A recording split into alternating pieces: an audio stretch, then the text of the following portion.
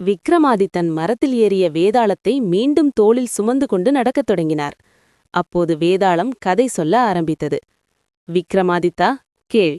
ஒரு நகரத்தில் ஒரு பெரிய திருடன் இருந்தான். அவன் ஒரு நாள் அரண்மனையில் திருடும்போது பிடிபட்டான். மன்னன் அவனுக்கு மரண தண்டனை விதித்தான். அந்த திருடனுக்கு ஒரு மகன் இருந்தான். அவன் மிகவும் அறிவாளி. தன் தந்தை சாகப்போவதை அறிந்த அந்த சிறுவன் மன்னனிடம் சென்று ஒரு வேண்டுகோள் வைத்தான். மன்னா, என் தந்தை இறப்பதற்கு முன் ஒரு ரகசிய வித்தையை எனக்கு கற்றுக் கொடுக்க விரும்புகிறார். அது தங்கப் பயிர் வளர்க்கும் வித்தை. அதை உங்கள் முன்னிலையில் செய்து காட்ட அனுமதி வேண்டும் என்றான். மன்னனும் சம்மதித்தான். சபை கூடியது. ஒரு தங்க ஊசியை கையில் வைத்திருந்த அந்த பையன் சொன்னான், மன்னா, இந்த தங்க ஊசி செடியாக வளர்ந்து தங்கத்தை விளைவிக்க வேண்டுமானால் ஒரு முக்கியமான நிபந்தனை இருக்கிறது. இதை நடுபவர் தன் வாழ்க்கையில் ஒருமுறை கூட திருடாதவராகவோ அல்லது திருட நினைக்காதவராகவோ இருக்க வேண்டும்.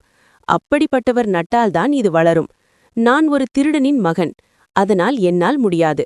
மன்னா, நீங்கள் இதை நடுங்கள் என்றான். மன்னன் யோசித்தான். சிறுவயதில் நான் தெரியாமல் சில பொருட்களை எடுத்திருக்கிறேன் என்று கூறி பின்வாங்கினான். அடுத்து மந்திரி, தளபதி என ஒவ்வொருவரிடமும் கேட்டான் சிறுவன். ஒவ்வொருவரும் தங்களின் பழைய தவறுகளை நினைத்து நாங்கள் இதற்கு தகுதியானவர்கள் இல்லை என்று பயந்து ஒதுங்கினார்கள். வேதாளம் கதையை முடித்துவிட்டு சிரித்தது. விக்ரமாதித்தா, இறுதியில் அந்த திருடனின் மகன் செய்த காரியம் சரியா? அவன் தன் தந்தையை எப்படி காப்பாற்றினான்? இந்த சூழ்நிலையில் யார் அதிக புத்திசாலி? விடை தெரிந்தும் சொல்லாவிட்டால் உன் தலை சிதறிவிடும். சொன்னால் நான் மீண்டும் மரத்திற்கே ஓடிவிடுவேன் என்றது. விக்ரமாதித்தன் நிதானமாக பதில் சொன்னான். அந்த பையன் மிகச்சிறந்த புத்திசாலி. அவன் தன் தந்தையை காப்பாற்ற ஒரு உளவியல் உண்மையை கையாண்டான். தவறு செய்யாத மனிதனே இல்லை என்பதை நிரூபிப்பதன் மூலம் தன் தந்தைக்கு கொடுக்கப்பட்ட தண்டனை மிக அதிகம் என்பதை மன்னருக்கு மறைமுகமாக உணர்த்தினான். ஒருவன் தவறு செய்ததற்காக அவனை கொல்வதை விட அவனை திருத்துவதே அறம் என்பதை அந்த சபையிலிருந்த அனைவருக்கும் புரிய வைத்தான்.